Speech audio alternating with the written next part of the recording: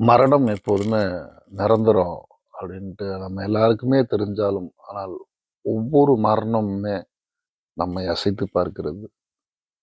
அது கூட பிறந்தவங்க, பெற்றவர்கள், நம்ம உறவினர்கள், நண்பர்கள், இல்லை யாரோ தெரியாத ஒருத்தர் கூட.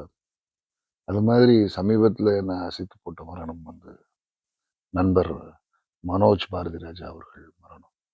எதிர்பார்க்கவே இல்லை. அது சொல்லும்போது ஏதாவது ரூமரா இருக்கும் விடுங்க அப்படின்ற மாதிரி நான் கொஞ்ச நேரம் அந்த நியூஸை பற்றி யோசிக்கவே இல்லை.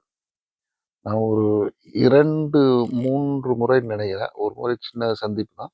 2 முறை அவர்கிட்ட பேசிட்டோம். கிட்டத்தட்ட 1 மணி நேரத்துக்கு மேல நாங்கலாம் ஒண்ணா உட்காந்து சந்தோஷமா பேசிட்டு இருந்தோம். அ நம்ம அரவிந்தர் சிங், அ வெங்கட் பிரபு சார் ஒரு ஃபங்ஷன்ல சந்திக்கும்போது, தான் யாரு? தன்னோட உயரம் என்ன? நம்ம எங்க போயிருக்கணும்? ஏன் அதற்கான தடைகள் இருக்கு? எல்லாமே தெரிஞ்ச மனுஷர் மனோஜ். ரொம்ப ரொம்ப புத்திசாலியான மனிதர்.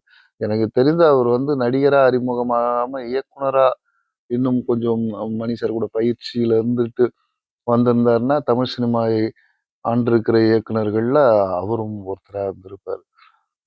ஏனோ ஏனோ நெறைய திறமையாளர்களை தமிழ் சினிமா இப்படிதான் தட்டி விட்டு போயிருக்கு. ம். அவரோட மரணம் வந்து ஜீரணிக்க முடியாம இருக்கு.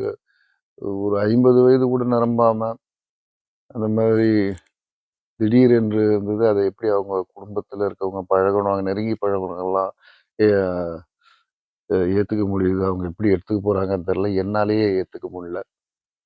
சிறந்த மனிதர். அவருடைய ஆன்மா சாந்தி அடைய நான் பிரார்த்திக்கிறேன். நன்றி.